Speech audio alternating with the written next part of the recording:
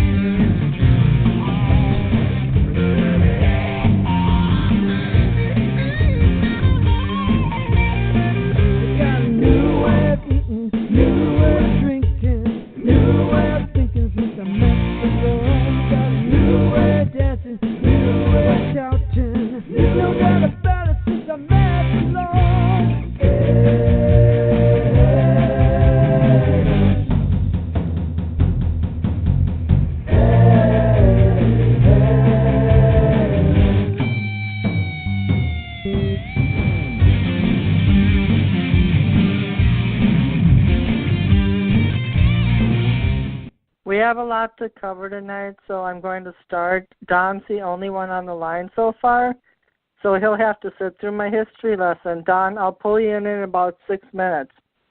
Sayyid Qutb was a topic that we did a couple years ago, and the reason I'm bringing this topic up is right now in Egypt there was a huge trial for 700 prisoners regarding the 2013 rebellion regarding firing Mohamed Morsi, the president, who was kicked out of office in 2013, and reform that was needed at the time.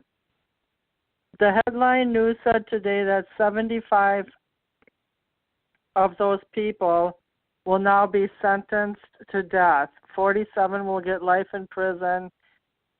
Some of them just got a slap on the hand for security offenses.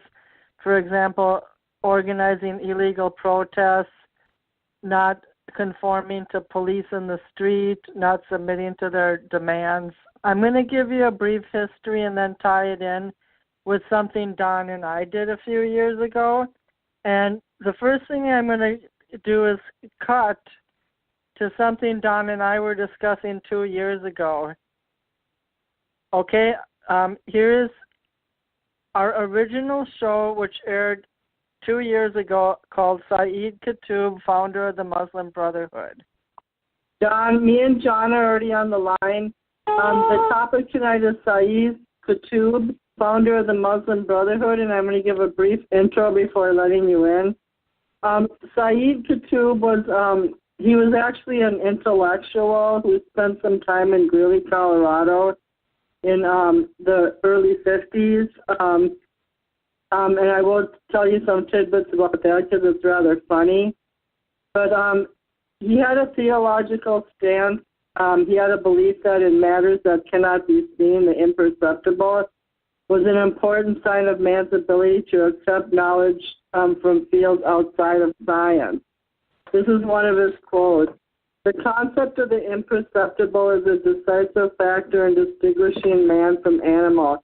Materialist thinking, ancient as well as modern, has tended to drag man back to an irrational existence, with no room for the spiritual, where everything is determined by sensory means alone.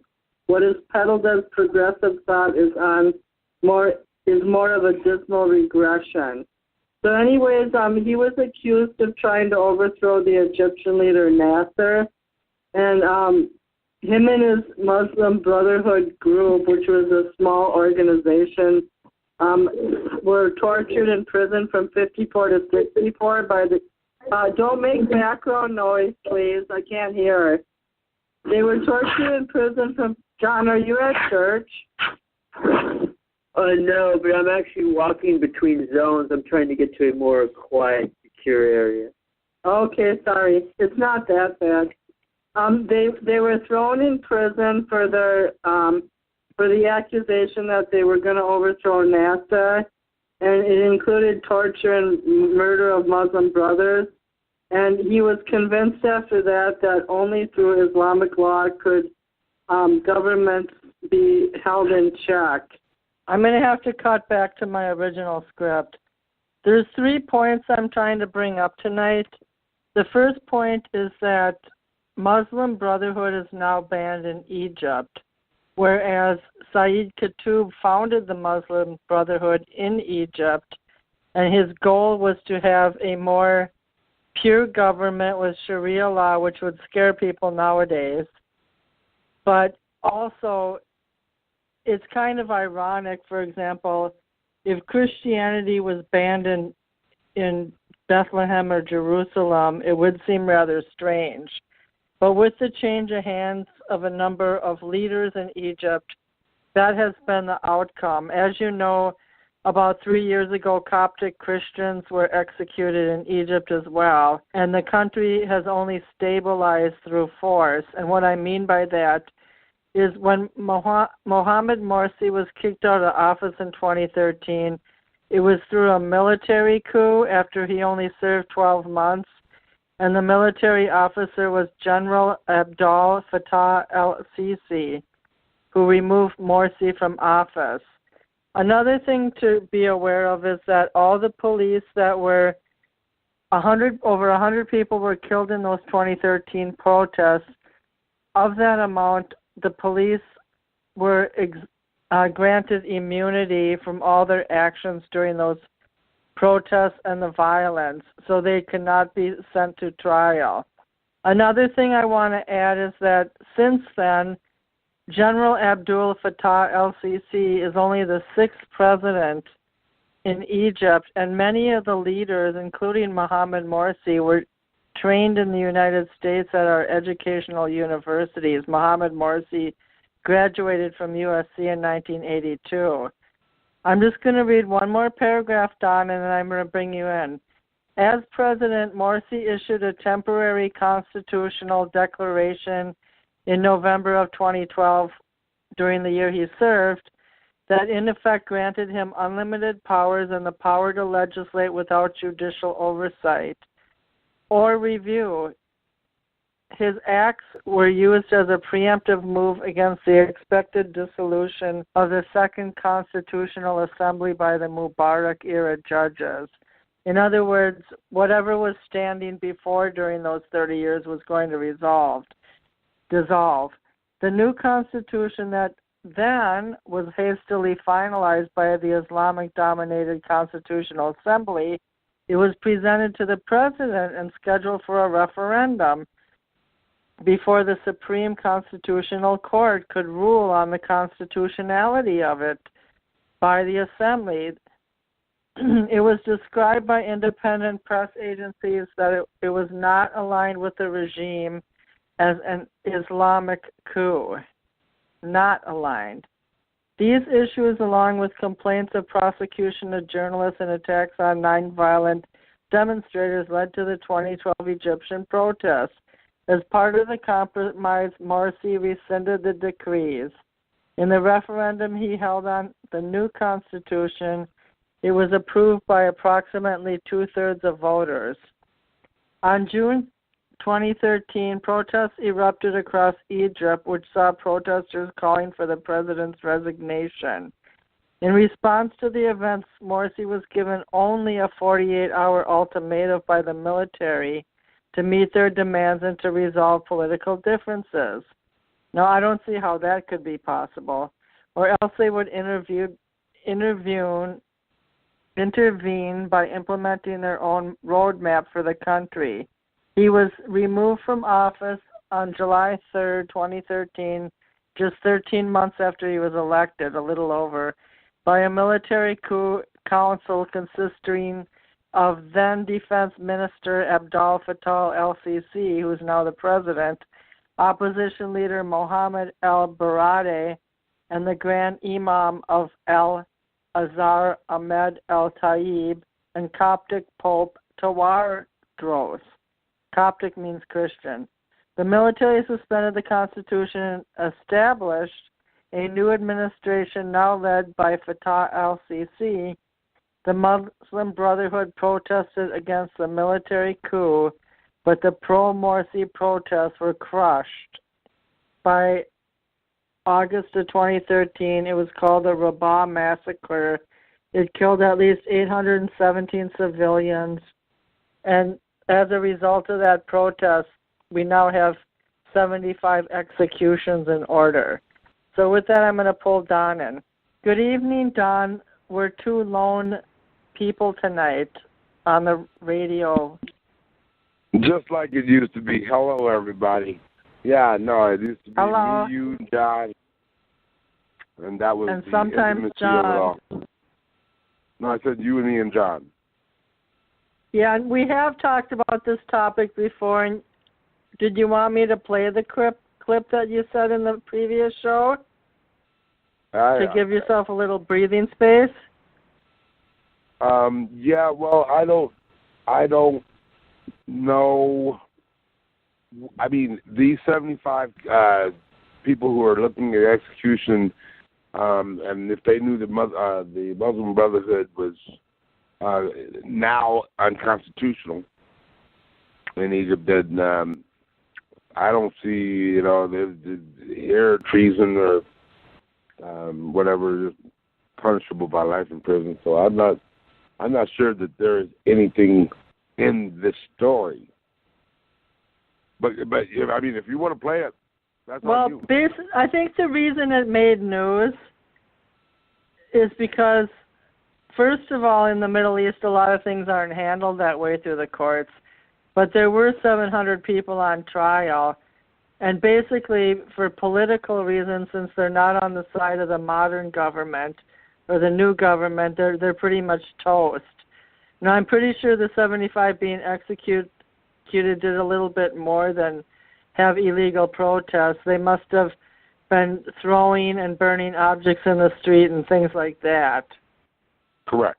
But that government, Mohamed Morsi only had that government in place a short time, and he did rescind it and to appease al-Sisi, the new president, who eventually took over. So I guess the world in general, including the ACLU, views that as a pretty harsh treatment of their own citizens. And I was just trying to bring up a historical fact that the Muslim Brotherhood started in the 50s in Egypt by Sayyid Qutb, and they were even back then, a lot of them were put to death, including by Eisenhower's CIA. Because if you remember, in Egypt at that time, there was a fight between the British and the Americans over the Suez Canal and some accessibility, and our CIA was brutal and instrumental in hurting the Muslim Brotherhood at that time, which at that time was kind of an idealistic organization. Even though they were going against the popular leader, Gamal Nasser.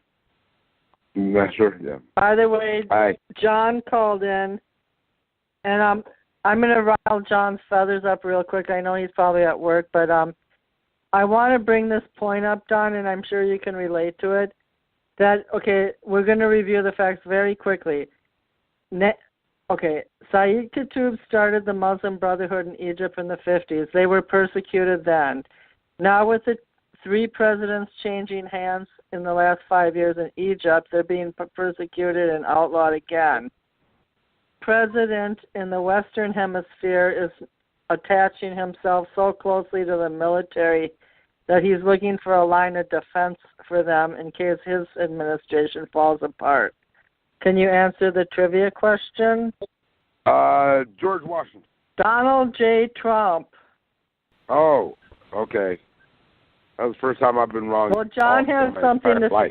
Did you know John is so into the Q movement that he thinks that Obama might be possibly tried in a Mideast country by a military tribunal, and I'll let him explain.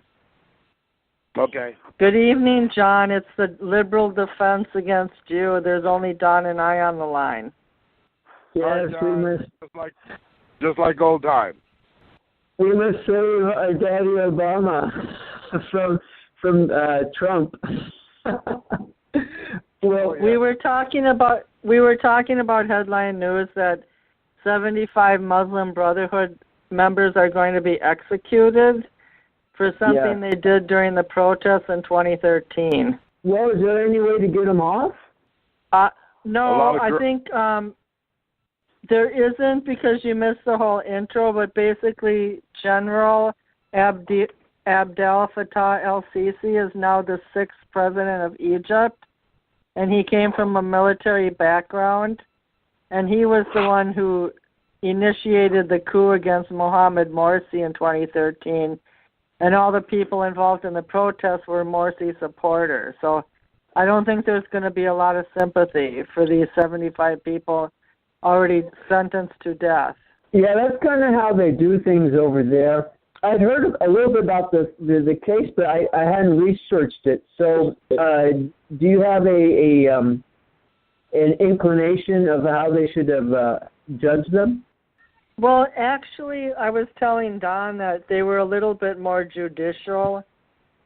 Well, first of all, do you remember when there was about 40 Coptic Christians killed on the beach by ISIS a few years ago in Egypt? Right. Well, what I'm saying is that Egypt it's kind of like Jordan in the Middle East. They're a little more upscale. They're not as raw and brutal. And they do have control of their citizens through a powerful general who's now taken hold. But you have to realize that after 30 years of Mubarak and oppression, that there was quite a bit of upheaval in 2011 and 2012, but they are going through the legitimate courts to sentence these people. It's just that I don't think any of these 700 people on trial had any hope in hell of getting released. Now, I know there was one journalist who took pictures of the protests who's supposedly getting released after 5 years, but of the 700, there's probably like 500 who only have to serve 5 years, but there's 75 sentenced to death, and there's 47 who will receive life in prison. So just from looking at it from a sociological standpoint, I think having that many people locked up, and a lot of them were major leaders in the Muslim Brotherhood, it's going to be a tarnishing effect on the country. By the way, are you at work? Yes. Bummer. Well, I was going to say, we're a lot more gentler in America, and so basically we're used to sanitizing everything. If you look at news in other parts of the world, even in Mexican news, they'll show dead bodies, bullet holes in people's faces, the things that we don't expose our kids to. You even remember when 9/11, how the networks stopped showing the images because they were afraid it was traumatizing people, or we never ever really saw people jumping out of buildings at 9/11 because we felt it was traumatic, and some people were kind of overly getting off on it. So that's kind of, but in the rest of the world, that's been the history of mankind. Governments have to deal with people who either create sedition or who are trying to overthrow things or who shake things up, whether right or wrong. And basically they have to put people down. And so that's how most of the world functions, really, historically. Well, the aspect of the military tribunal, like, the military pretty much dominates what happens in Egypt right now, but they did have chaos for a long time, and maybe that's suitable for them at this moment. But it's still a shock to all the UN and all those types of agencies. There's really nothing to be done about it. We were trying to tie this into the disruption in America right now and the fragility of our own institutional government. Right, and I talked to a person that does security, and they're frustrated because people walk into stores and just steal things, especially if they're homeless. There's nothing that can be done. They can't physically assault them or stop them because it's a lawsuit. The police aren't going to respond until 2 or 3 hours later, and even if they do the arrest them, so what? They don't own anything, they don't have jobs, they don't have money, so they just release it. So you're getting into a different culture, and I was explaining to them, I said, well, in the Middle East, or maybe, say, China or Russia, I think they probably deal with some of these issues a little differently. People disappear, people get taken care of, but there's not this persistent abuse of others. And what's kind of in comparison to our culture now, here's an interesting thing, because we have a situation where people are divided on how we're handling this current trial. We have, a president up for accusations, and was he given the fair process of the system? In other words, were proper warrants obtained to spy on him? And who authorized these warrants? I feel like even with the Manafort thing, it was kind of a charade. Like, is Manafort ever going to see any jail time? Well, there's a question, though, and that is, were they supposed to investigate things pertinent to collusion, or was this just a open opportunity to basically just go through his closet and pull out everything and then try to assemble a lot of charges and then have him plea out guilty? Like when people talk about him on the news, they say, Trump, friend who's a felon convicted of 8, charges of this or that. Well, here's the thing. Most people in those type of positions do a lot of business deals. Like most of us, they fudge things on tax returns, contributions, deals, handshakes, wink of an eye, and no one calls. I mean, this is how they function. This is how we function. I've broke the law probably a couple times a day. I probably made a U-turn on my bicycle.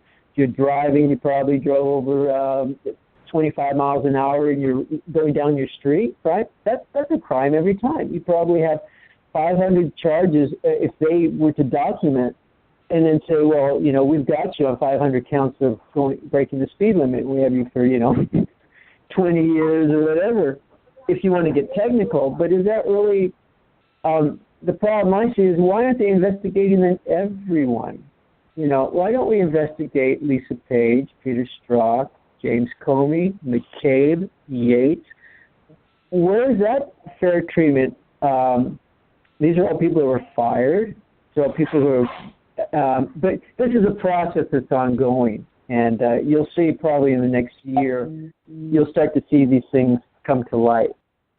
It seems to me like, the only reason I brought up Manafort because it seems like there was a big crescendo as far as him being found guilty, and now it's like a decrescendo, and it's almost like he's going to get off for trading information, and I still think he should serve time. He collected more than $65 million in foreign accounts during 2010 to 2014. Right. Well, here's the thing, though. Do you think you'd find the same exact behavior in most every congressperson or every other congressperson in the Senate, a Republican or Democrat? I know a lot of honest congressmen, and I also don't think that the majority of Congress did $65 million worth of trading with foreign agents. Back on the stand. He's sitting during a... Sorry, just a second. Oh, God. Some stupid news item popped up. Don, feel free to jump in. You realize they've given several million to the Podestas, and once they... John, are you in a break room? Because it's kind of noisy. Oh, yeah, I can have you guys talk a little, and I'll mute, but just the thing I was going to throw out, basically he donated money to the Podestas, and the Podestas, after 30 years, resigned or got out of the business. So do you think that there's a big trail of crumbs leading to those people, too? You mean John Podesta? Did you say John Podesta? Did you say Manafort donated to John Podesta? I think it's $2 million or $3 million, something like that. Just look up Like, for so the what was Podestas. it? What was it for? What did he give him the money for? Was it for public office? A little teamwork, maybe. Maybe he just liked him. You know, they do stuff like yeah, that. Right. I'll look it up. I'll look it up while Don Gallimore comments. And if he didn't, the question is why after 30 years did the Podestas get out of the biz? Well, for one thing, John Podesta was exposed with all those emails. It was probably embarrassing. Right. So why didn't they do a full investigation of all his records, IRS, conversations, relationships, emails, texts? Why didn't they get a warrant and have due process? Why not? Why not? They're in doggone power.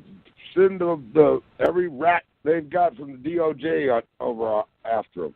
That'd be great to see. I want to see some of these rats pulled out of their cage. All these folks are criminals, every single one of them almost in politics, and it's so sad to see. And I'm gonna break it up.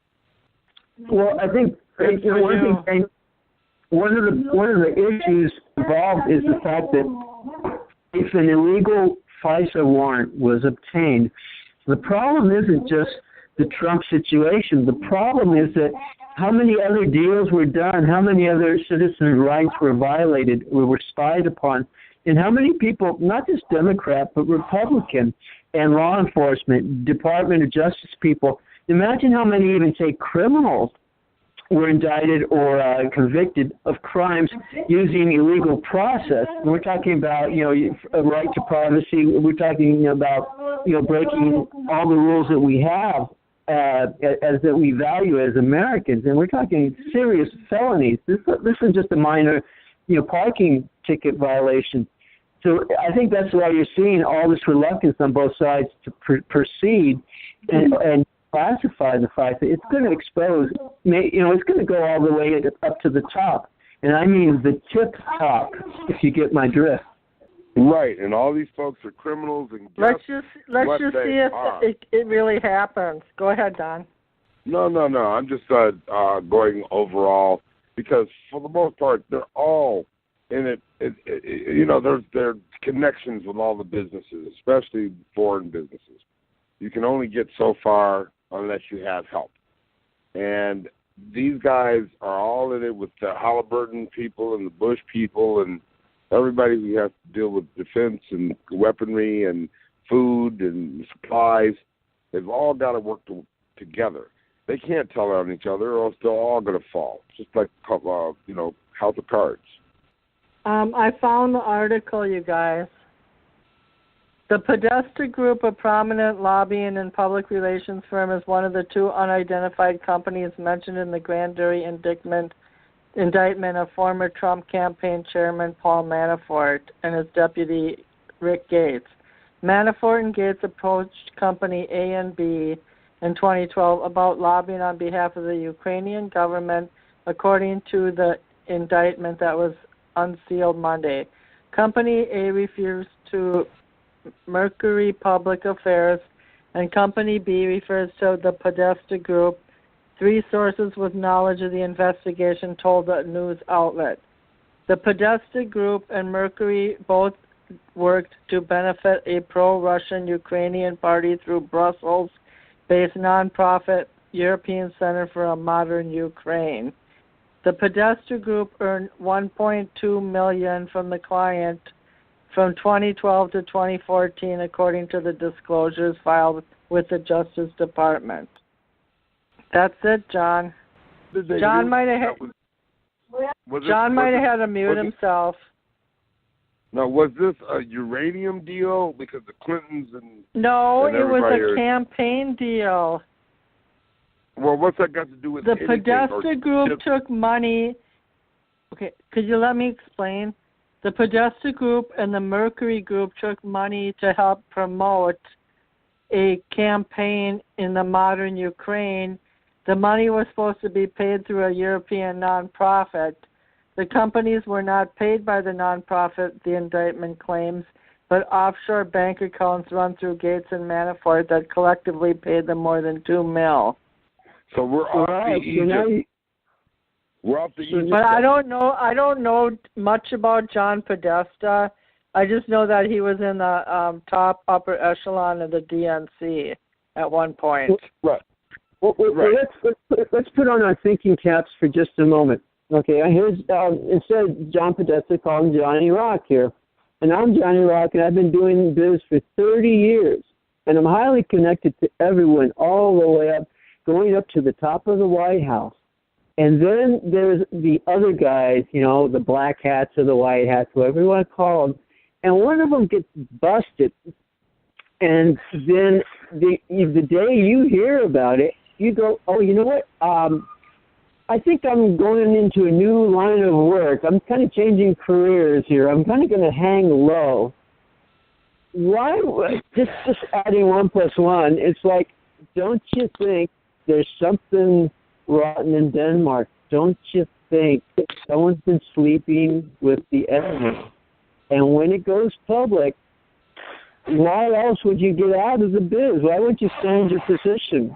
If you know you're innocent, you know you're clean, why would you turn tail? Just a thought. Don, could you take that? Oh no, I can't take it because I don't know enough about it. All I know is that all of these people that people revere of the Caucasian persuasion are doing, and who have big companies, are doing them doing bad things because that's how they live.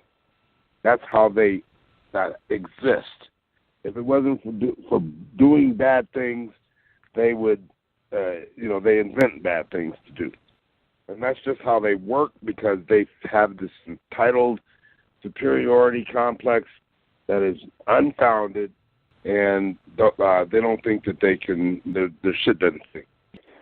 So you're saying that people that aren't white, like maybe Valerie Jarrett or maybe Barack Hussein Obama, they're kind of above that because they don't have the white skin on them or the white, the privileged white privilege going through them. Yeah, they didn't. Let me say that they learned, and remember that Hussein Obama is half white, so he had a little bit of a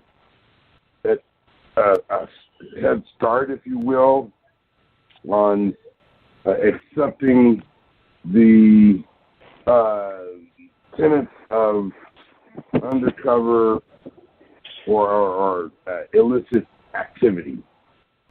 But like I said in the past, he's had to. You don't have a second-term senator winning from Illinois, a second-year senator winning in Illinois the presidency without having to sell your soul to the devil.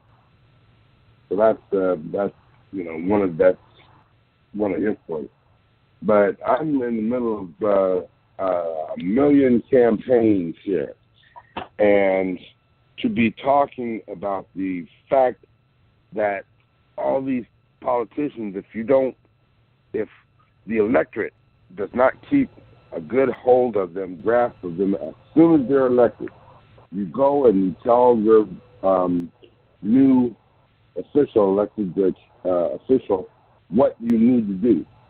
Because after the first year, the party politicians, the party bosses get a hold of them, and they're lost.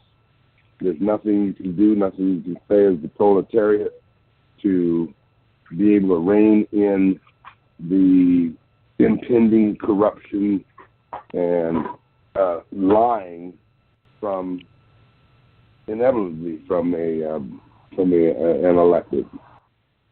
So that's why my suggestion to everyone is to make sure as soon as a new person is selected that you go visit them and tell them exactly what you need to do, document it if you have to, and then a year or 2 years down the road, you can always say, I tried to warn you about this, this, and this. And that's what people who are close in the system have to do is introduce themselves to a new politician. Like I said, I'm a lobbyist, a citizen lobbyist, unpaid, so I have to do things maybe a little differently, but I know that I still have to keep communication lines open to all. And I'm in the process of putting together a couple bills that I hope will pass in the next impending legislature in February here in Nevada. But my thing is that we've got to start nipping this by the butt. This lying and stealing and cheating by corporate leaders, politicians, the oligarchy, stop. Because the people are getting really, really sick. And I hope, and I've mentioned this before, that the consumer stops buying anything, especially using the internet. I do not want to see any person being ripped off either right, just actively or passively, where they're either not getting the goods or their information is being taken, or any other method that when you use the computers, you are susceptible to theft and identification theft and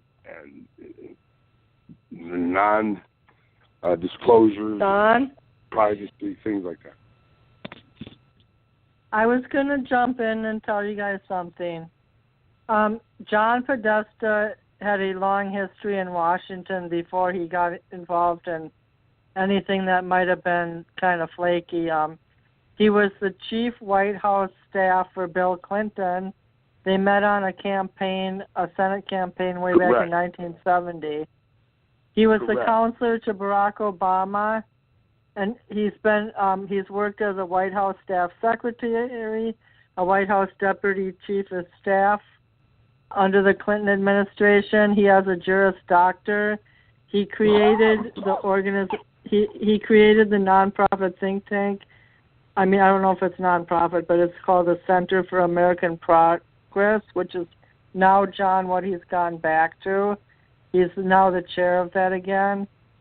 He was also a visiting professor of law at Georgetown University, and he was the chairman of the Hillary presidential campaign. He has a huge background in the federal level of government. Hello, John? Okay, I guess John... That's where I knew him from, is his Clinton and Obama connection.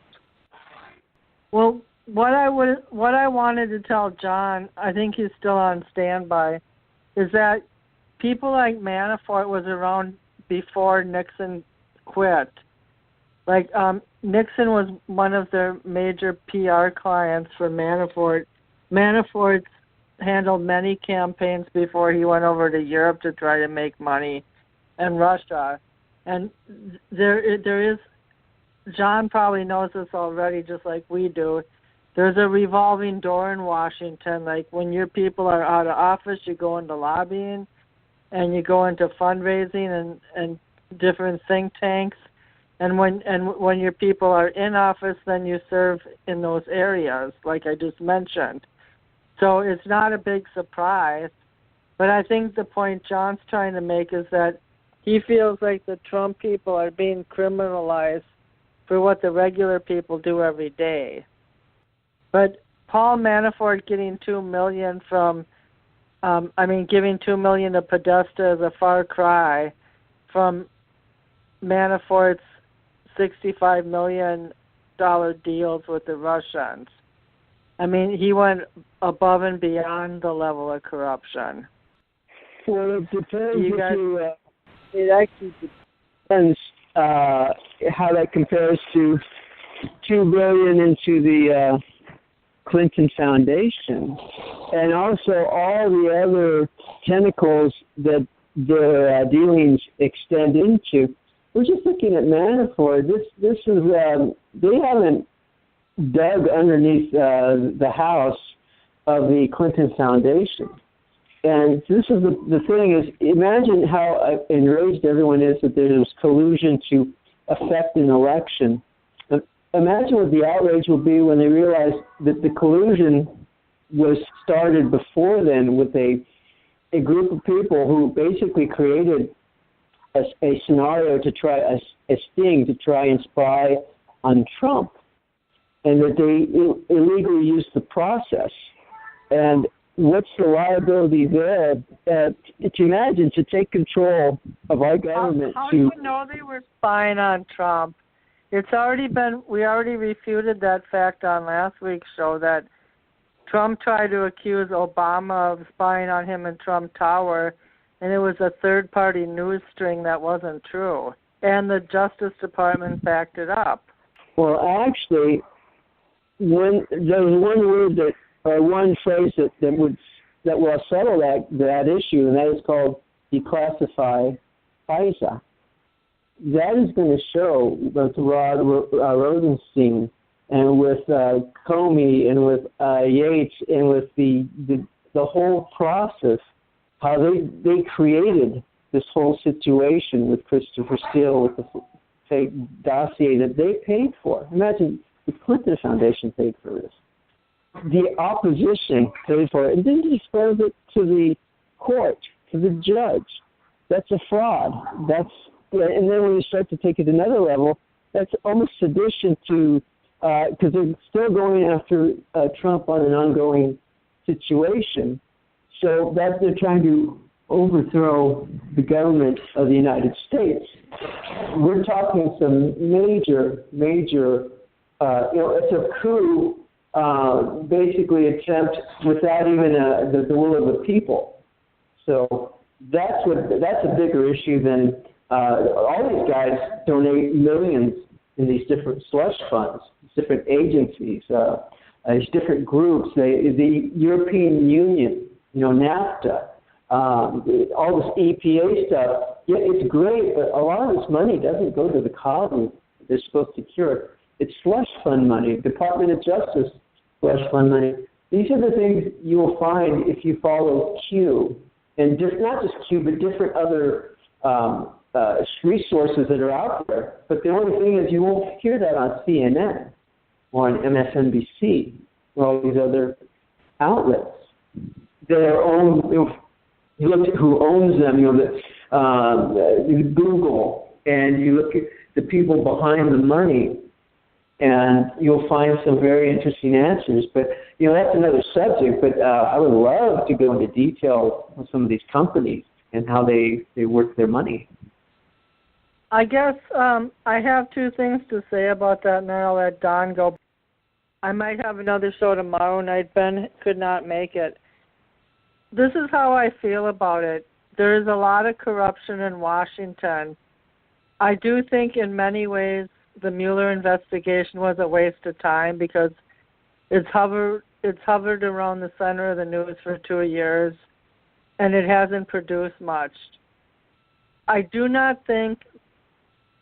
now think that the Q movement, even though it provides information and knowledge seeking by a lot of people, conservatives primarily, but others as well, I don't think it's going to overcome or overweigh the status quo.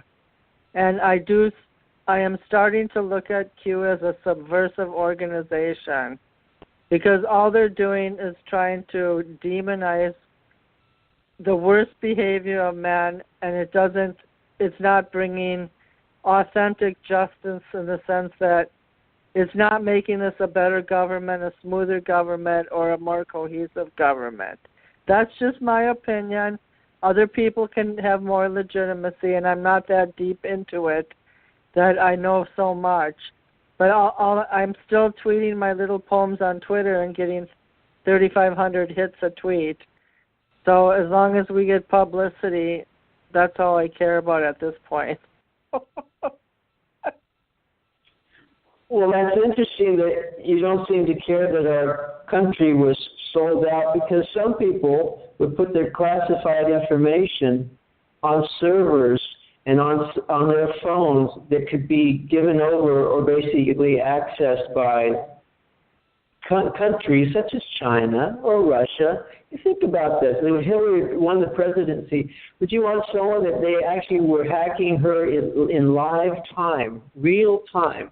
Would you want people that actually allow our companies to close up, close shop, and businesses get funneled over to other countries and watch our military just erode so that we're basically unable to stop this wave? And you can tell just by the jobs that were lost and just by... I care in a sense. I care about things like Klaus Eberwein getting executed. I care about that level of corruption. But the overall concept of corruption, after I've been on this earth 58 years as of today, I don't see justice being served even-handedly within our court system or any other world court system on a regular basis. Well, that's the thing about the Constitution. It doesn't talk about what's fair. It's about giving you your rights. And so if you want fairness in life is not fair. If you want your rights to, your privacy, your right to free speech, your right to pursue the path that you choose, of happiness, of life, liberty, justice, that kind of thing, then that's good. If you're just looking for fairness, then you have to skew everything in life. And what is fair? Just that everyone makes... I'm not looking for fairness. I just see things... By the way, Albert's on hold. I'm looking at things authentically. For example, let's just say there is this deep state Hillary Clinton momentum going underground, which I don't think Obama is technically involved with, but that's just my opinion. Maybe there's some ties to darkness, but I know Obama had legitimate things for doing what he did. And basically, let's just say that exists, and let's say they have killed 3 or 4 people or even more. How is the wheels of justice, for example, let's just look, I'll just make a cheesy example. Clarence Thomas had bad taste when it came to approaching women. He ended up getting the Supreme Court. History's been written, and we're never going to go back to trying to claim him into the Me Too movement. Like, rehashing and vilifying people from the past. For example, the Eisenhower and the Dulles brothers were involved in at least three major war crimes from the 1950s. Are we going to go back and vilify them? They overthrew the government in Iran in the 1950s and put Mossadegh in a chained home environment. The president, the only democratically elected Iranian president, he was on house arrest till his death. They threw over a coup in Iraq back when King Faisal was around, and they did all this other crap. And our CIA helped overthrow a lot of governments in Central America. So where is it all going to lead to? My question is if they specifically can put Hillary or someone else behind bars, then go for it. But I'm going to see a year from now if it really happens. I'm not going to try to make guesses. I'm glad you've taken your time, and I admire you for all the hard knowledge-based intelligence searches you've done. But I just don't have faith in the overall process of vindication. Well, since you're talking about not going back to the 50s and trying to get justice, we're talking about right now. We're talking about the current sitting president, the chief executive, our commander-in-chief. And the money deck is being reshuffled. The Obama, Clintons, and even the Bushes were globalists. They wanted a global one world order. George Bush announced that when he said this is the new world order in September 11, 1990, before he went and attacked Saddam Hussein. Now, interesting, if you take the time just to write down that date on a piece of paper, Write that down, 09111990. Turn it upside down. What do you get? You get 3 sixes. You get 111, which is 3. You get 3 of those. So when you start talking about the number, the beast, you're talking about 666. The interesting thing is 11 years later, same day, September 11th, 2001, we have 9/11. Now we go 11 years later on September 11th, 2012. We have Benghazi. Interesting. You know, there's 60 seconds in a minute. There's 60 minutes in an hour. There's 24 hours, which is 2 plus 4 equals 6. In a day, there's 365 days in a year. Benghazi was done because it was on 9/11. They did it to slap the Americans in the face. Understood. What was involved in that? Hillary Clinton was Secretary of State. What did she do? She basically didn't send any help. How come? Because we wanted Libya to look bad. We wanted justification to bust things up over there. It was part of Congress's fault, too. The Oversight Committee, it was partially Congress's fault, too. We covered that a month ago. Absolutely. I'm saying there's a whole bunch of money intertwined. And the reason you brought me in the conversation is how could it involve Obama? Well, they put in a new law effective January that crimes, basically any group that profited by investing through 9/11 terrorists, because as you know, after 9/11, they were starting to find out where the money was going.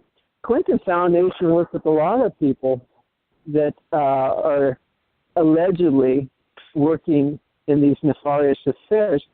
If there was found a connection that they were getting money and they were contributing money to these causes, like John McCain, who recommended the dossier to Comey, or who supported the Muslim Brotherhood, he was known as the Godfather in Saudi Arabia. Well, that would be potentially linked to a court-martial and military action as seditious crimes against the country, which is a different, who would be in charge of running that? The military. Who's close to the military? Donald Trump. He's surrounded by generals in the Marines. There's going to be a lot of things coming down the pipe, Jane, that will make you very uncomfortable and very unhappy with the things that used to be, that we were comfortable and believed in. Or maybe it's just conspiracy theory. No, you've got a point. You're probably right. I mean, we're probably right. The most of the country believes that there have been nefarious goings on in the politics. But you know, when you talk about all of these folks, they're working together and they're making enemies together. You just mentioned John McCain. Yeah, he was actually an opponent of Saudi Arabia and some of these other places that we've had troubles with in some of our more hawkish military community. But John Podesta, he was one of the leaders in discussions with not only the Ukraine, but Iran. And he made a lot of enemies from that. The Clintons were all complicit with Iranian deals. That's why they dropped $4 million in cash on a field. And, you know, with the uranium in Ukraine, the Clintons are all over that. They're all in that. And Podesta was one of the main spokespersons for them making those deals over there. So this is all stuff that a lot of people generally know, and they know that if there is an investigation, everybody's going down. It's not just going to be the Clintons or the Trumps or the Obamas, but it's going to be everybody, the Podestas and the Manaforts, and everybody else is going to go even deeper into hell. And that's just, this is the way politics is. And what I've been more or less saying is we're make politics now Our job is to take this information and make sure that we use the good things to, glean out the bad things and be able to move on with the information that we have and not, do the old adage, everything is a cycle, and if you don't remember, history will repeat itself. So, this is what we need to do to make sure that we wrap this program up in this whole set of governmental and corporate issues that are simply taking all of our money, all of our tax dollars, all of the income increases, potential income increases, and then a lot of perks and benefits are being taken away systematically as we speak from every working person. Our middle class is dying, and that's incredible because we had the strongest middle class in the history of man. And it's being destroyed because everybody in government and in the corporate realm is mandated, their mission statement is to take every dime they can. They do it in micro pennies, and they do it over a long period of time, and the next thing you know, the middle class has very little to live on because their money's being taken while they're investing our monies into things that make them stronger and bigger and more monopolized. So this is a systemic situation that Podesta is, he simply was doing his job, and Saudi Arabia is one of our biggest foes, if you will. And they are in the middle of a lot or almost all of everything that goes on in the Middle East. And Podesta and the Clintons and the Obamas and the Trumps and the Bushes and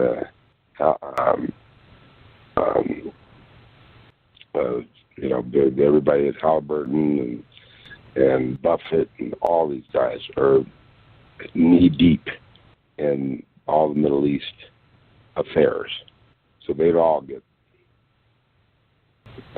impeached. They'd all get impeached. Well, that's how come one of the things I think is that everyone's pretty much corrupt at that level. Give Albert a chance to talk. Go for it. Yes, get Albert in.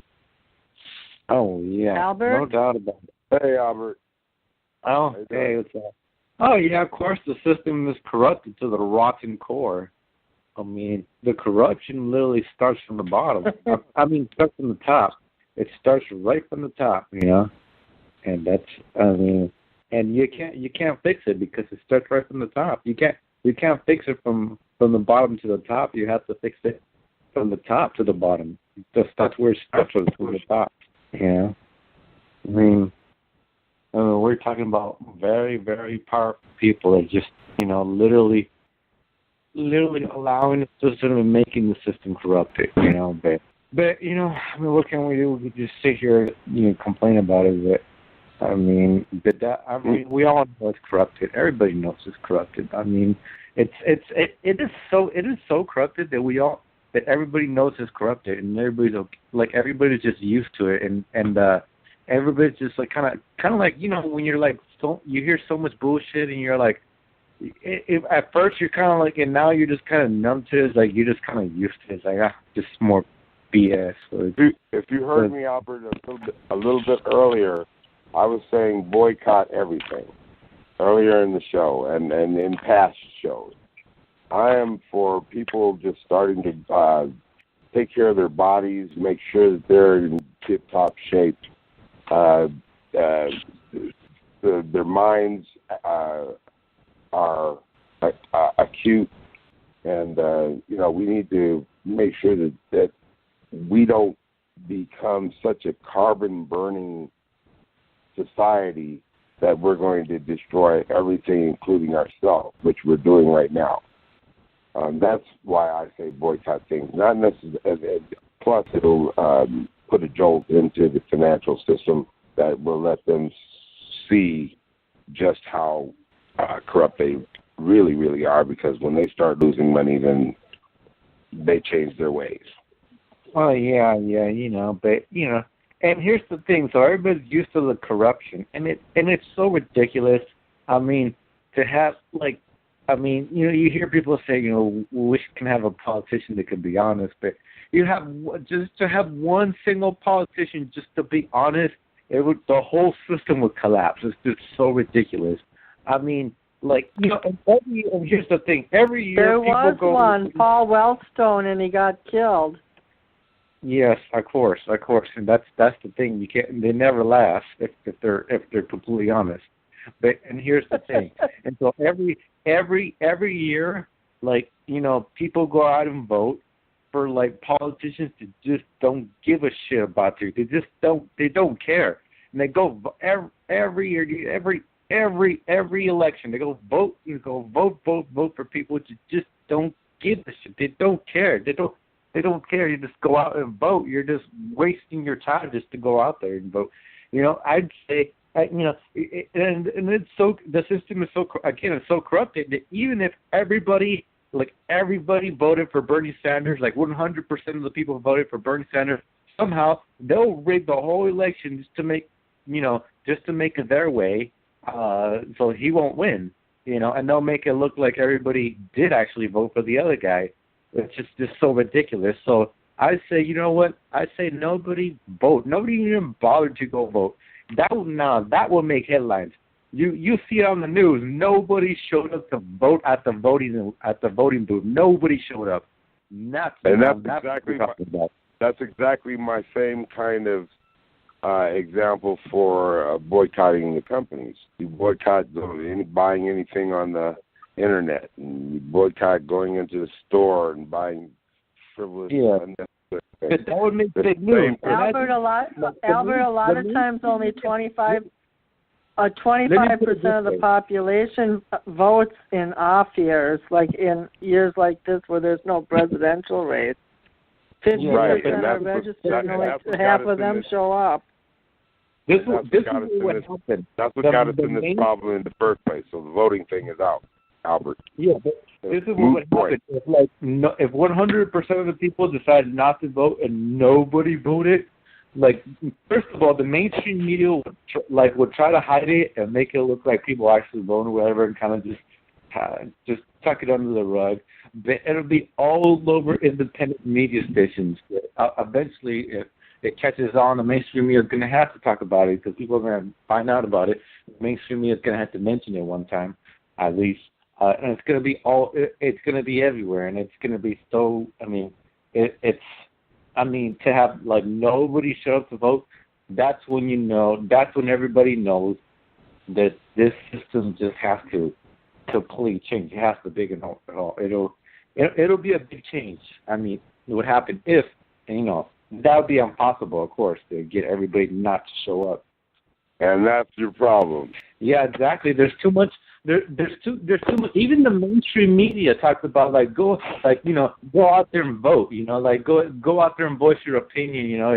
If you care about your democracy and you care about your freedom of speech and your freedom, get out there and vote. And and not just in the mainstream media, but also too in the mainstream Hollywood and the mainstream TV. They in the cartoons, and how do you say TV for kids, they emphasize really big on how you should go on vote and stuff like that. I know when I was younger and I was in high school, and I watched younger TV for young kids or whatever. Anyways, I saw it all over. I remember seeing that all the time. To go out, they talk about how voting is important and you should go vote and stuff like that. And I was a kid back then, right? And I thought I didn't know that much as I know now, but before, I thought, wow, I live in a free country. All the other countries are fucked. And, I'm in a free country. I got a chance to choose whoever I want or whatever, And I thought really big about voting, because, I was mixed by all this shit. But then now that I find out about it, I was like, Albert, can I ask you a question, though? No. I was watching TV the other night, local TV, and a third-party candidate up here paid for his own advertisement. He's running for a Senate seat. So when you think about somebody like that who hardly has any money and then sinks money into the electoral process through commercialism, if everybody stopped voting, well, what happened, like when Jesse Ventura won governor up here, is all the farmers got together and made the secret pact and voted for him. And the mainstream media never knew that Jesse Ventura was going to dethrone Hubert H. Humphrey's son. Hubert Humphrey was the vice president before you were born. So a lot of times, even in the voting process, there's upsets, whether a lot of people vote or a lot of people don't. Like, I think it's a good idea to vote no matter what, but my draft card burning friend Bob from the 60s won't vote anymore either, because discovered that, like, Bush used drones, Obama used drones to kill people like in Yemen, and he just thinks it's a worthless gesture too. Yeah, it is. It is worthless. I mean, no. I mean, Democrat or Republican, you know, any how you say mainstream corporate politician. It doesn't matter. Whatever corporate politician gets in the seat, it's going to be the same shit over and over again, you know. And the only ones that really win, you know, for the big important seats are the big corporate politicians.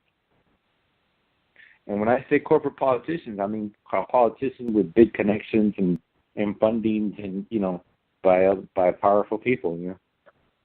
Well, I think that John had an angle tonight on the Q conspiracy that's going on with the Trump people and others. He thinks that there's going to be some kind of overturning or carriage of justice. What do you think? Oh, we have a guest caller who's been holding for 3 minutes. I'll find out where this person's from. It might be our friend from Singapore. Yes, Good evening, really. Yes. Thank you very much for taking my call, my dear. Yes, you said it right. Mike from Singapore. Yes, Alan, your topics are very good tonight, you know. And earlier, Don and I discussed the Muslim Brotherhood and how it originated in Egypt, and now with the upheaval of the last 3 presidents, they're being suppressed again, in the sense that they have no voice, and 75 are set to be executed. And then we moved into the Paul Manafort and money laundering and stuff with other major political lobbyists in Washington, D.C., and now we're just kind of talking about voting and the impact of the ordinary citizen on the voting process. Absolutely. Regarding the 75 people that are going to be executed, I mean, there are branches of the Muslim Brotherhood, and, you know, I think they should not be executed. Actually, they should be left into life sentence forever, and then they should play for them Madonna music for them. So, you know, so I think, they can, like, people who just created disturbances during the 2013 Rabaa rebellion, I really don't think they deserve a life sentence. But if we're in America, that's how they do. They do things in Egypt like that. You know. In Egypt they do that because it's like Thailand. It's like Singapore. The laws of the land, if you violate, God help you. You know, that's why here everybody very nice to each other. Everybody, you know, they mind on their business. You know, we don't care. For example, our neighbor comes at 2 o'clock in the morning or 3 o'clock in the morning or 1 o'clock afternoon. I mean, we're at work, etc. Anyway, so I mean, we mind our own business as Singaporean. That's why maybe, you know, but, you know, this Muslim Brotherhood is, of course, execution is not good, I think, because they should give them some harsh sentence, but hopefully they will turn and get their mistakes, and then maybe they can help General Morsi, the President Morsi. But I guess they in those areas, so Saudi Arabia, if you're American, you violate the law, my gosh, nobody can stop it. Nobody can stop the court in Saudi Arabia either. So I want to raise a point that you missed because you called in so late. The Muslim Brotherhood started out as a good organization, just like the Ba'ath Party. They started out, they wanted to build a society that was cohesive and that respected values, and they were going against Gamal Nasser at the time, who was highly popular. But there was also corrupt CIA involvement in Egypt. And Egypt was going... John, I'm going to have to mute you for a minute. Your voice is too loud. I mean, your background noise. Yeah, they called them... Yeah, go ahead. I was going to read a quote by Sayyid Qutb quick. You can talk while I find it. Yeah, sure. Jama'at al-Akhwan al-Muslimin in Arabic. That means, Are you fluent in Arabic? I mean, I speak many languages enough so I can understand. So it's a Sunni Islamist religion, political and social movement, and considered the largest, best organized political force. And with Ahram estimated to number between 2.5 million, founded in Egypt by Hassan al-Banna in March 1928. Are you talking about Muslim Brotherhood or the Ba'ath Party? Yeah. They are Sunni Islamist religious. Yeah, they are Ba'athis, as you mentioned earlier. Yes, you are right, because they belong to Sunni Islamist religion, and it was founded by Sheikh Hassan Ahmed Abdul Rahman Muhammad al-Banna, known as Hassan al-Banna, was an Egyptian school teacher and imam, best known for founding the Muslim Brotherhood, one of the largest and most influential Islamic revolving. It's my understanding that the founder of the Muslim Brotherhood was Sayyid Qutb.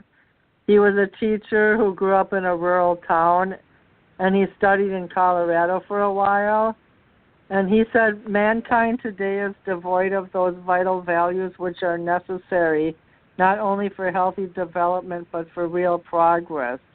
If we look at the sources and foundation of modern ways of living, it becomes clear that the whole world is steeped in jahiliyyah, pagan ignorance of divine guidance, which takes the form of claiming that the right to create values, to legislate rules of collective behavior, and to choose any way of life rests with man without regard to what God has prescribed. The result of this rebellion against the authority of God is the oppression of his creatures. Now, I agree with part of what he says about being devoid of values, but Sayyid Qutb, who ended up becoming imprisoned for years in Egypt under the direction of Nasser and the CIA and Eisenhower, he was a threat because he challenged the Western culture and Western belief system.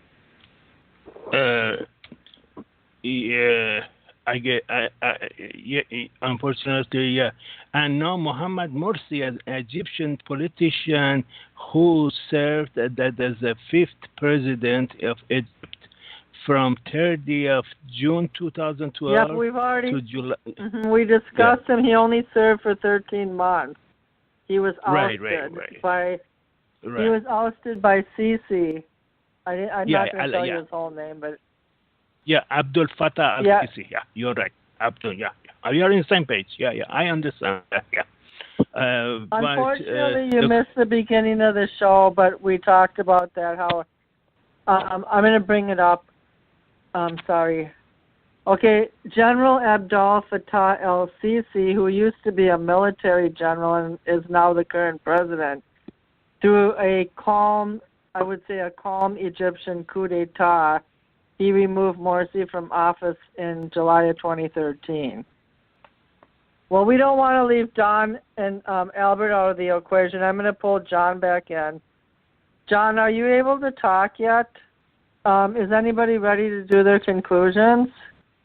Oh, actually, I can talk for just a minute. But basically, I guess I would be pro-Muslim Brotherhood if they're able to arrange it where we can go to Iran and Sudan and Libya and all these different places and have Christian churches and speak against the government freely. And, in other words, if they're willing to fight to give me freedom, but I don't think that's their end goal. I think it's kind of a front to promote Islam, and eventually, if it's a ruling party, it's going to go to Sharia law.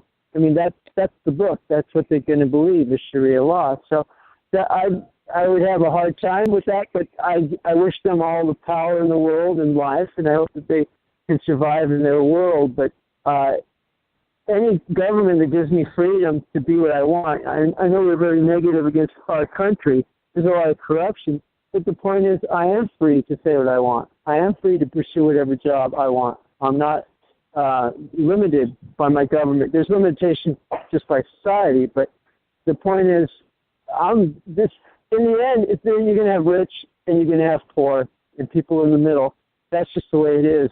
It's just that I have the freedom to try and switch positions that you don't get in other countries. And we do have free enterprise. We do have capitalism, and it's given more prosperity to the world than any other system. I would like to see us slow down and become a simpler and less tech world, but I just don't see that it's happening until everyone listens to the way I live.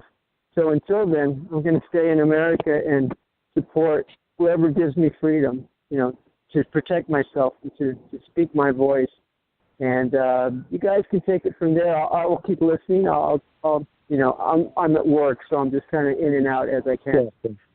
Well, I'd like to comment on that, on the freedom of religion, I mean, in America, technically we have freedom of religion, but realistically, in some cases, we do not have freedom of religion. Because, I mean, if you, start, praying, in jihad and stuff like that, for some reason, you have the FBI following you because they think you're a terrorist or something. You know what I mean? And you have, or let's just say you have some kind of crazy religion or whatever, and, the CIA and FBI and the DEA, government agency, secret agency start following you and spying on you because you're somehow listed as a terrorist because you have, because you're believing in these, Middle Eastern, religion beliefs. So technically, yes, we have religion in the U.S., but realistically, we do not. Yes. Actually, regarding that, we have 330 million terrorists in the United States of America right now. I mean, everybody are right now considered as a terrorist. Before you had, they have to prove that you are bad, for example, or you have done something wrong, say, etc. Right now, they presume everybody are bad in United States of America.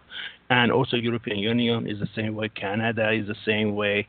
I mean, yes, the freedom, all the freedoms are gone, unfortunately. And, it's just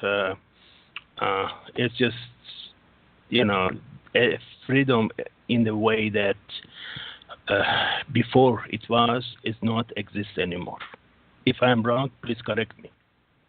Yeah, and it's the same way for and not just religion, and not just for religion. The same rules apply for all the other ones. The right to bear arms, freedom of speech, everything is the same.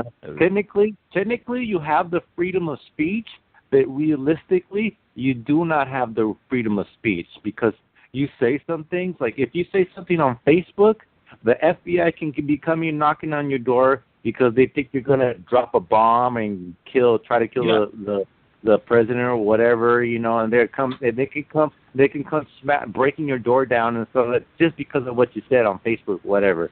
So yeah, just like I said, So technically, you have the freedom of religion, the freedom of speech, the freedom of bear arms, and the freedom of many things. Technically, yes, you have the freedom of those, but realistically, you don't have the freedom of none of those. Oh, exactly. Thank you very much. God bless you. That's what my main point was tonight. I mean, everybody are bad in United States. Everybody are bad in EU.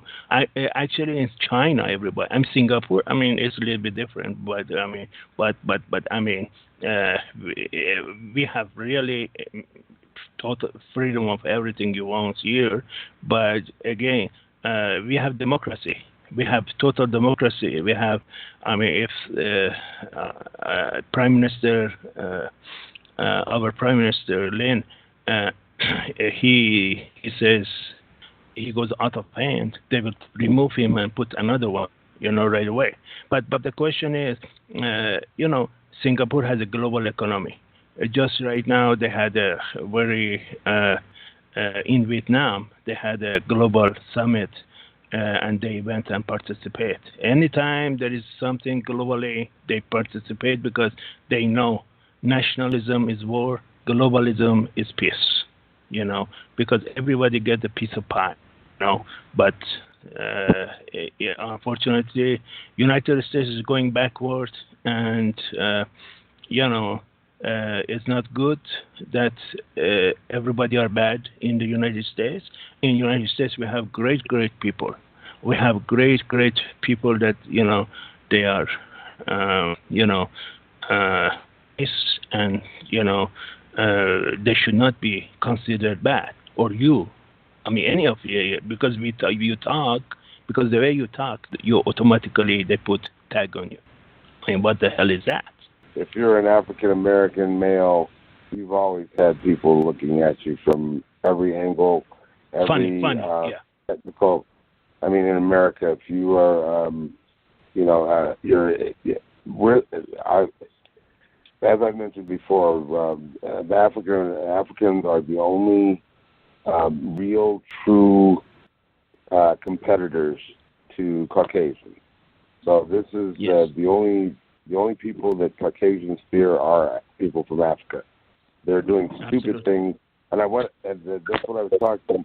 You guys were talking about some of the other things, but the reason I kept bringing up boycott is exactly what you guys are talking about. The invasion of data and the computers, the internet has more or less brought us to this point. Nationalism, yes, does cause angst and potential war situations. And that's exactly what the leaders, our Caucasian leaders, want. That's how the money goes into their pockets. They don't have any other methods of getting, not any other methods, but that their best method is through weaponry and military might. That's how you make that's why we don't have to include the military spending in our GDP. We don't have to vet many of the military programs that are being clandestinely produced. As these are things that it's talking about it is not my deal. I do. And I'm changing things like all the time. And the data collection, I'll be bringing up some laws. I'll be putting my backing on some laws about security, especially students and children. I'll try to adjudicate in this next Nevada legislative session if we can have data collect, if we can make sure that property student that is parent or the taxpayer and not the Department of Education, and that hasn't been adjudicated anywhere in the country. So this is groundbreaking legislation in America, and I'll be at the forefront. So this is all I do. Right now, I'm working for a super PAC. I'm instrumental in getting candidates elected. That's what I do. And so right now, I do everything. That's one of my main things that I do right now. And I've got the state that is the central state in the entire country. that I'm responsible for electing responsible candidates in this next election in November. So these are things that I'm interested in and that I'm doing, and I'm making history. So anybody who wants to get on board, they all only have to give me a call. But for the most part, I will be instrumental in the future of this country. And these, the things that happened in the past are good, and I keep them in my head. But I don't have an opportunity to really go back and delve into them because they're precursors to what we're talking about, which is corruption, and I plan on changing a lot of that when I get my legislative session out of the way. Yes, and what you were talking boycott everything. So boycott everything. Yeah, and what you were talking about, I agree with a lot of that. And I want to add to that, yeah, the racism is almost everywhere. I would say racism is in every city in America. Every city in America has some kind of segregation, some kind of racism. I can guarantee that in every city you'll find somewhere where there's some racism. I guarantee every city in America has some. Oh yeah, I mean, it almost seems like it's like they're everywhere, or at least at one point. Because here's the thing. I already talked in this show about the policemen being racist towards me, but also yes. I was looking to rent. And this is what I experienced myself. I'm not just reading what I read on the internet or what I saw from a documentary or what I read from a book or anything like that or what somebody else told me. This is my own personal experience. And I was looking to rent a place for me and my mom. We're trying to look for a nice neighborhood to rent. So I came into this gated community, and it is not the first time. I came into many gated communities before, but I came into this one in particular, a gated community. I went inside. I got inside somehow because the security wasn't there, and I came inside behind another car in the gate. And that's not the first time I'd done it. Like I said, I'd done it to many other gate communities. But I was trying to see if I can find a house for rent that's affordable, because it's even to find a house to rent, it seems to be really expensive. And I'm not even trying to buy a house. I'm just trying to find one for rent. So anyways, I'm looking at I'm inside in it's a really nice neighborhood, and I see white person, another white person, another white family, coming out. And I was like, okay, well, there's a lot of white people in here. Okay. But it's a really nice neighborhood. And, I just want to see if I see any for rent signs, and maybe I can find a place for rent. It looks really nice. And then all of a sudden, before I know it, I was surrounded by 3 cars. They came up to me. There was the security and the manager and the staff, the secretary staff of the manager. They were telling me, what are you doing here? You can't be in here, blah, blah, blah. They escorted me out of that place. I was escorted out of the place like if I was crime against humanity. Yeah, like if I was a big time, they escorted me out like if I was like a terrorist or something, right? Exactly. That's what I'm saying. And unfortunately, in the United States, it's the same. Everybody are thief. Yeah, go ahead, sir. And I've never been thrown out like this out of basically a gated community like this. I mean, I've gone to many gated communities before. I even seen the manager. This was the first time it happened to me. Now you know how Trayvon Martin must feel. Yeah, exactly. It's the first time it happened to me. I never thought this would happen to me before, but in a gated community, but it's the first time. And now I feel I can get a firsthand experience of what segregation means. I never experienced that before, but for the first time I did, and it felt really bad. Absolutely. You understand what I say, because presume everybody are T word. in United States. I mean, before you had the constitutional law, before you had all the laws behind constitutional USA was behind you, but now you don't have any constitutional rights. I mean, right now, look at South Carolina, North Carolina, millions has been displaced, and right now the toll so far we know 20 people died already as a result of the massive hurricane one, and then become tropical storm. But still responding. I mean, we know that 12 nuclear facilities was shut down before the hit down the tropical storm or hurricane one, and then also we have seen massive UFOs in the sun, and there is a big mother UFO is inside the sun, and as a result FBI has shut down more than 6 observatory in United States of America. Anybody knows about that or no? I didn't know about the extent, but I knew that several nuclear plants had to shut down. But right. There's nothing we could do about that. I mean, that's doggone quote unquote progress. We've got, we were going to have so much waste in this water for such a long time that once it's even gone, there are going to be contaminations everywhere. Sure.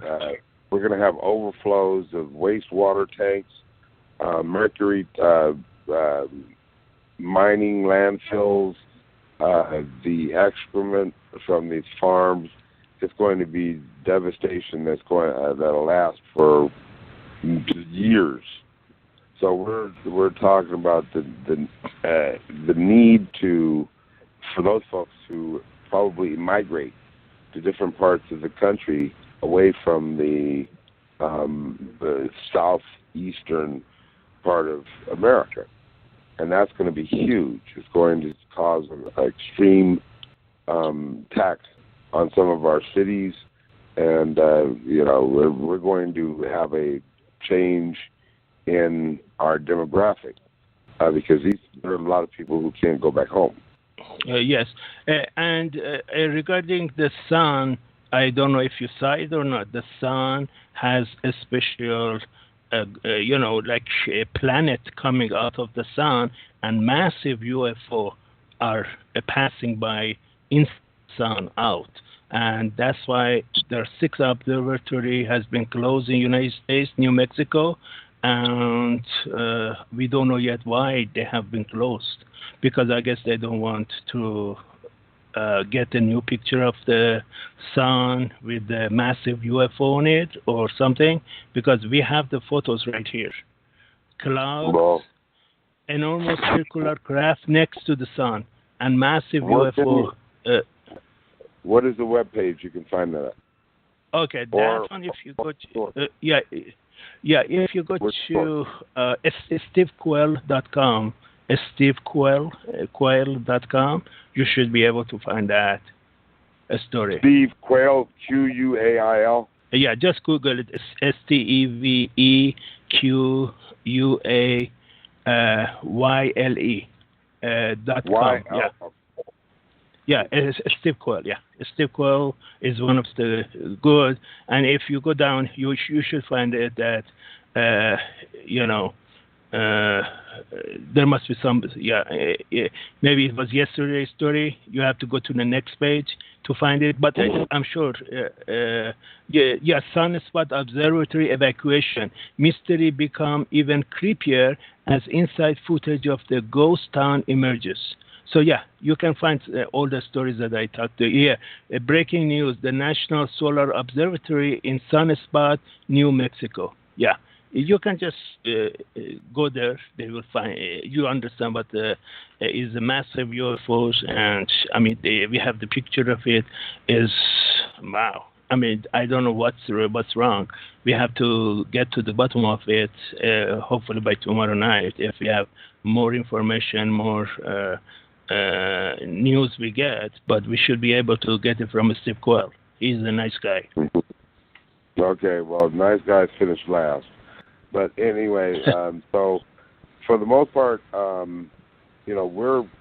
there is a definite change in our climate, and I follow my climate because I'm outside a lot, and so being in the weather and knowing the weather and as atmospheric tendencies, I know that we're going through a major change. I know that there's a significant portion of America that refuses to believe in science, and so there is no trust or belief in climate. I won't say control, but climate disturbance. When you've got sheets of Arctic glacier coming apart the size of Rhode Island, and then others who just say, "Oh, you know how often things like that happen where things break, but new ice is formed." I'm not seeing too much new ice being formed, and this is affecting our water levels, our rain levels, and things like that. So we're going to have to watch out for many more of these types of years, many more of these types of occurrences. Those folks who live on the coasts, on all coastlines in America and anywhere else in the world, are going to have to look out for it, because you see where Mancut over in China just hit, and it's caused a lot of damage, 2 deaths. Yeah, I don't know how far. Singapore. Yes, earthquake activities is picking up 6.5 in Fiji Island again, and Japan again is hit with the earthquake 4.9 and 6.6. It was last week when we talked to each other, and now because of this much water, I mean massive 40-inch rain in many parts of the East Coast, and massive people are displaced. So there will be some earthquake activity with it, whether it's the San Madrid fault, whether it's California, because these are all related to each other, and especially with the 6.5 now, we have to be very careful from Vancouver, Canada to San Diego. It's in a state of emergency right now. But they don't tell us. They don't tell us. We know something is going to happen sooner than the later. Right. That's very true. And, we're going through more trade.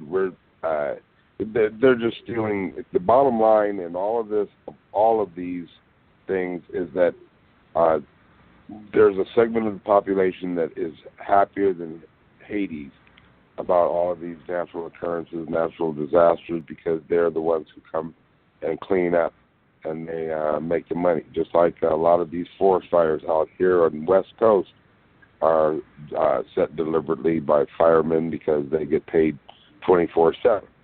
So there are a lot of fires that are set by people in the industry because it's all about money, and destroying things is a part of the financial and profit and insurance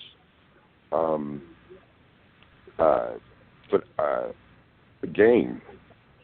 That's all part of it. Right.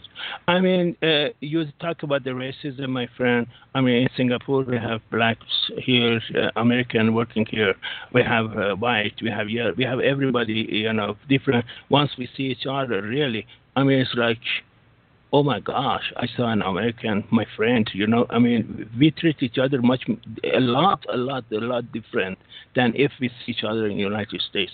So now we have to get to the bottom of it. Why is that? Why Americans in India or Americans in China or American, because, China hospital, America has the biggest hospital in Beijing, China. And so, or in Dubai or anywhere else around the globe. Why, when we see each other totally, we are so different with each other, like, we know each other for 100 years, But while the same, if I see the same people in the United States, oh my gosh, I fear from you, you fear from me. Why is that? That's Why we don't appreciate it? Why we don't appreciate each other? Why we don't appreciate each other? I mentioned it to you last week.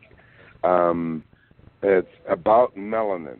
It's about the pineal gland. It's about the difference in cultures. There is a huge difference in the capability of discerning love when you don't have a reasonable source or a hormone or a gland that would distribute hormones enough that you can love, that you can your emotions are more sensuous and this is acute, aware. That when you have those glands, people with melanin, with darker skin, they just love blood. They feel. It's all I think is about appreciation. Once we are in the United States, no one appreciates each other. No. Appreciation comes from the soul, and some people don't have the same kind of appreciation soul, if you want, as other people. It's a cultural thing. It's a race. It's a different racial thing, and people of color, they don't care about the machinations of machines. They don't go outside themselves for satisfaction. They love to play, party. They love to have sex and enjoy the beauty of life. And there are others who don't have those natural instincts from the soul that they have to fight. It's very, very difficult to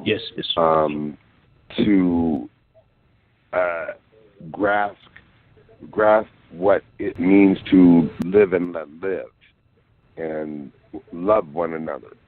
They have to fight. They have to really work hard to come to that point of conclusion that humanity is one race and there's no difference between me and you, sir. And if I cut my wrong, that's exactly what is not happening. We are all different from different cultures, different parts of the world. We have grown up with different foods and different cultures. That's what you were saying earlier when we were talking about Egypt. They do things differently. As in Singapore, they do things differently. In America, they do things differently. That's all a part of the cultural system that has been put into place.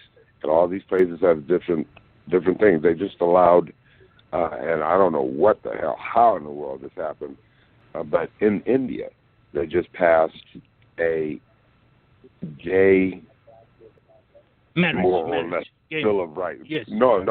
It's not marriage. It's not marriage. They haven't made gay marriage. It's a gay relationship. Not it's legal. Illegal, right? Yeah. And so, right. You know, and in India, of all places, because they had some of the most homophobic cultures in the world, and for them to pass that means that we are possibly changing, but we still have to conform to whatever we. You know, there's all I'm saying is that it's going to be a very difficult time in some places to accept that decision. Yes, but, I understand. I understand your point of view too. But what I'm saying, but everybody is not the same. Period.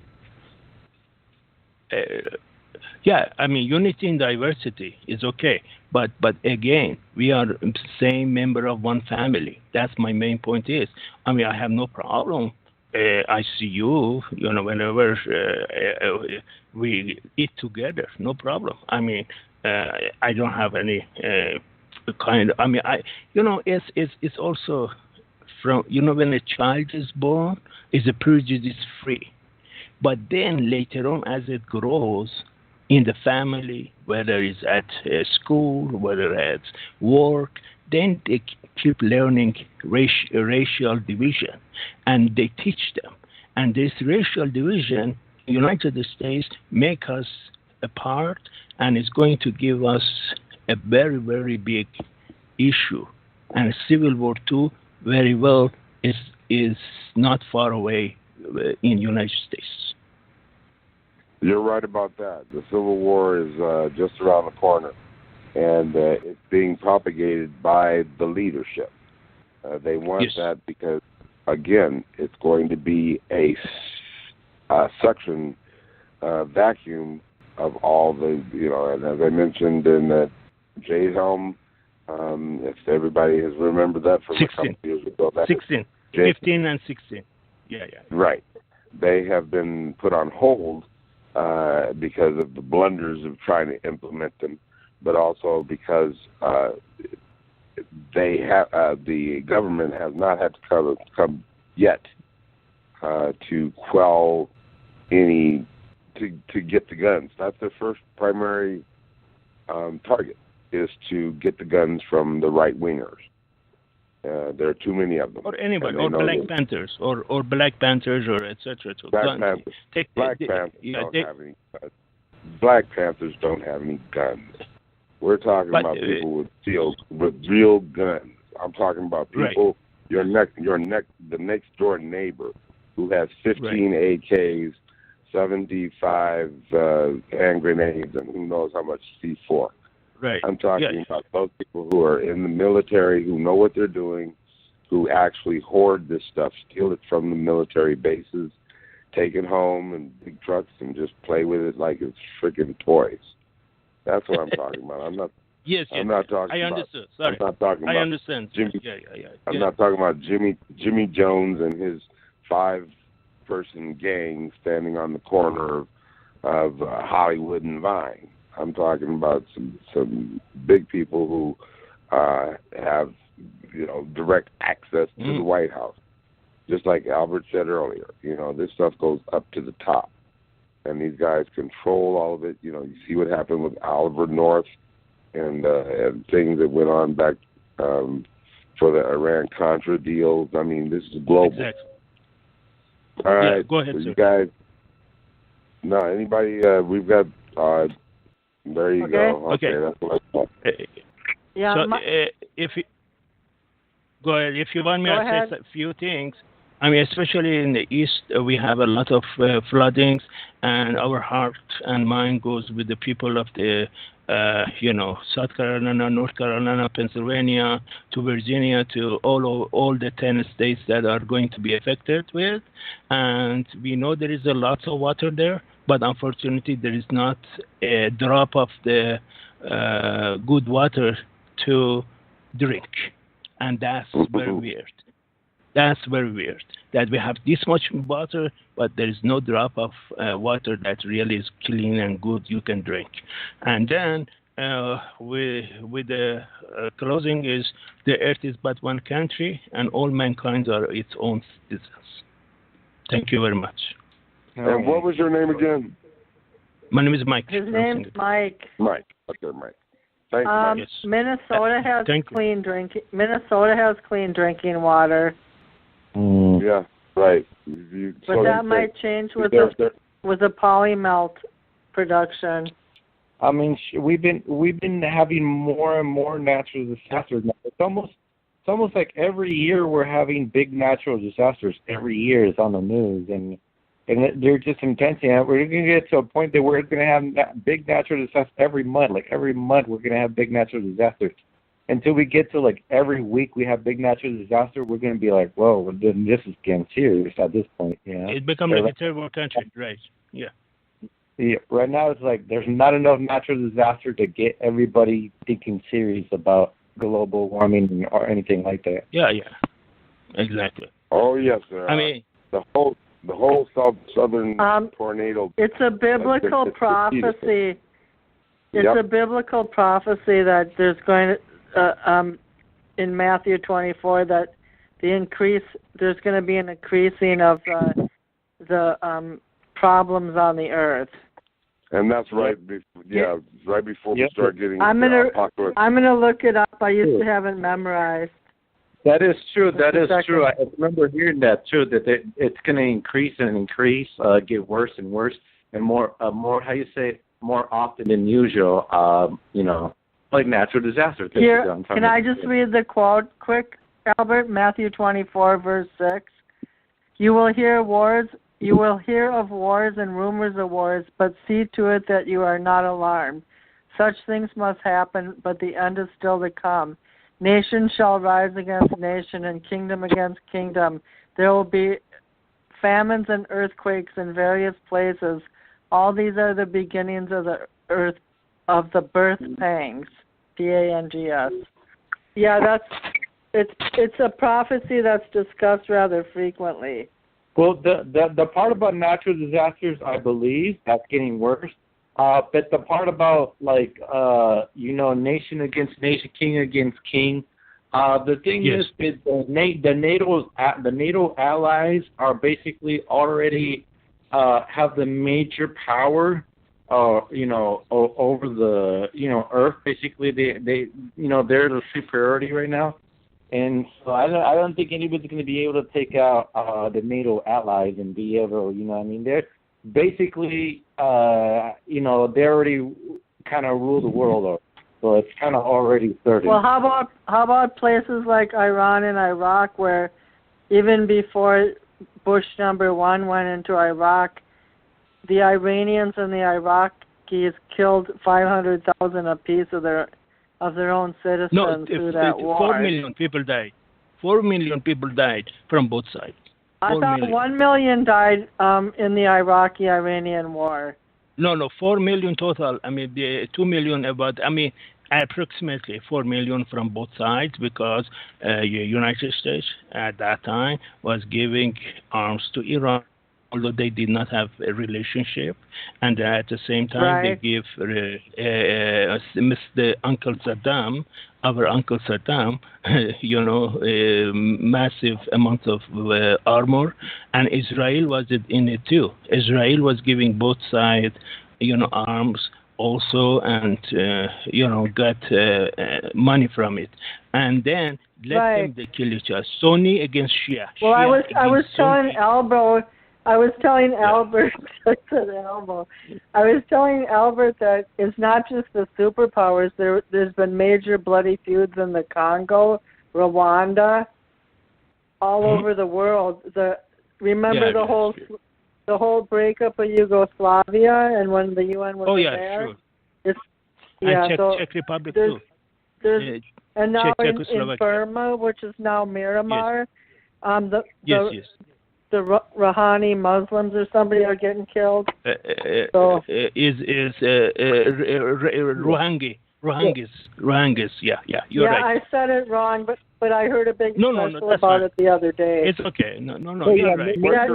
The president of Myanmar, who won the Peace Prize, she's not doing anything to stop the Rohingya Muslims from being executed. Exactly. Major wars against country versus country has decreased and no longer exists. Now what it is proxy wars, where countries fund small groups or big groups of insurgents or whatever kind of groups to fight this group, and countries funded money and weapons to certain groups that they like and they picked out, or maybe or some of their own groups going undercover or whatever. Mm-hmm. So that's all proxy wars now. It's not a country versus country now. It's all proxy wars. Like Iran sent their IRD. The Syria's population has been wiped out, and Yemen, the Saudi government is The Saudi government is annihilating the Yemenis. Just because you just don't hear about it, that's all. Yes, and the news is that the hackers steal Tesla Model 3 from the Mall of America using only a smartphone. Oh my gosh! So nothing is secure anymore. Wow. Nothing ever was America's secure. in Minnesota. I don't know what you're. there has never been a secure thing in the history of man. That's why there's spy agencies, and that's why you've got most of the military organizations is because of spying. That's probably about a third or a quarter of their responsibility in business and money expenditures. Yes. So nothing has ever been secure, and now absolutely. We're spending more. Your iPhone, you can make it more secure, but yeah, nothing is secure. Absolutely. Not even this televised broadcast. Okay. Well, anyways, does anyone have any final conclusions before we hang up? Not really.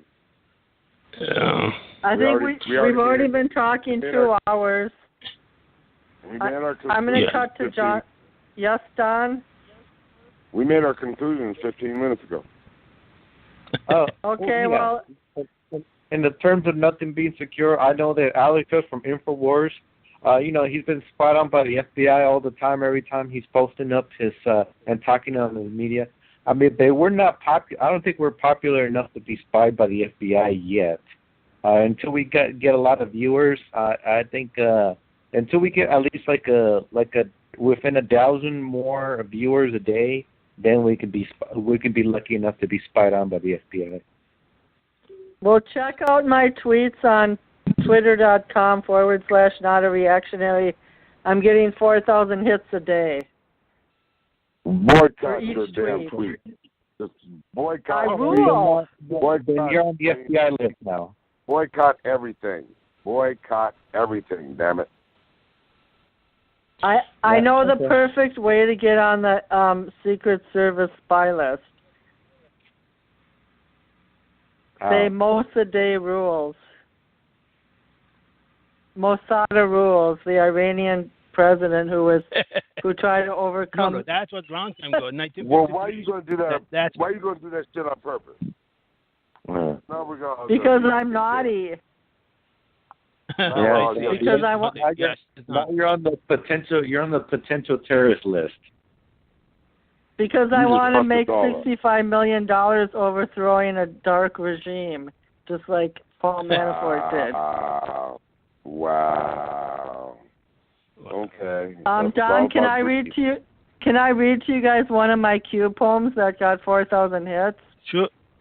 Yeah, please do. Okay, here Splinter cells disseminate on Reddit. Cryptic quatrains by Nostradamus bleach the pool of the dead rabbit stain. Across the White House lawn, Scarlett O'Hara raised a southern eyebrow to Florence and wipes out human knowledge, perpetuating in a dark cobalt orb to the cabal of sediment. There's 3 key words in there: rabbit, Hurricane Florence, cabal, and of course, and Reddit, because Q was blocked from Reddit this week. Did you know that? Who knows any damn thing in that poem? Jesus Christ. Well, you're obviously not a student of English. Scarlett O'Hara was a reference to the Southern followers of Trump. Florence was the hurricane. Oh, yeah, right. And yeah, but can I at the end, I want to give you read a poem for you by Rumi. Okay. Not Christian or a Jew or Muslim, not Hindu, Buddhist, Sufi or Zen, not any religion or cultural system. I am not from the East or the West, not out of the ocean or up, from the ground, not natural or ethereal, not composed at all. I do not exist. I'm not entity in this world or the next, did not descend from Adam and Eve or any. Origin, a story, my place is the placeless, a trace of the traceless, neither body or soul. I belong to beloved, have seen the two words as one, and that one called two and no. First, last, outer, inner. Only that breath, breathing, human being. That's good. Who wrote it? Your roommate? Rumi. Just Google it, Rumi, and they have name Rumi, R-U-M-I. Just say Rumi I poet. thought you meant Rumi for roommate. No. Rumi. Rumi is Jalaluddin Rumi. He was a poetist, and he was one of the. His poems is translated to over 800 languages. I mean, pretty much in every house in United States have a book from Rumi, or in India, or in China, or anywhere in the world. Yeah, his poems are is a teacher. I mean, it teaches people to understand that we are one human being. We are not different. I mean, if we can look for differences. I was married to someone from Pakistan, and he told me that we are all serving the same God. Now, I wanted to tell you guys one last thing about Nostradamus. His little prophecies he sometimes wrote out like in little poems, like sonnets. Yes. But they were in 16 lines, and they were called quatrains. Quatrains. And what I did is I took one of his quatrains in another Q poem I wrote on Twitter, and I replaced all the themes of his sentences with other words. Yes. So, Don, do you want to hear that one, or is your mind too closed? No, go ahead, please. Ladies first. I mean, okay, we're going to end the show with this last. We're going to end the show with this last poem, and then can you guys write a poem, each of you, for next week? Sure. Okay, I hear. The eyes of Ivanka will be forsaken when the wings of eagles poison descend on Queens County, New York. Trump Tower and the Kremlin, Gauls, meaning France, by the way, will trample over graves of Russian soldiers whom Finland wiped out. With the death throes of snow and luminous woods frozen, beware of winter. What do you guys think that means? That means that we're going to have to watch out for global activities because winter's coming and we're already in a mess. And it's going to be cold and it's going to be hard. Pretty similar. It means that Trump is going to meet his doom in winter. Oh, you're specifically talking about him. Okay. I didn't know that. Not necessarily, but he was born in Queens, New York. Right. But you started with Ivanka. And hey, by the way, Mike, can you send me a picture so maybe I could add your picture to our lineup? We already have 6 hosts. Anyway, you guys, I'm getting ready to go. Okay, we better go now. We're all tired. Okay, Alrighty. Thank you very much. Thank you for letting us to be okay, part of call your back show. Next Great week. show. My email is politicsofdissent@gmail.com. Send me a picture. Okay. Thank you very much. @gmail. Good night, Albert, Mike, Don, and Mike, Albert, John, and Don, and I think I got everybody. God bless you. Right. Good night. God bless you. God bless you.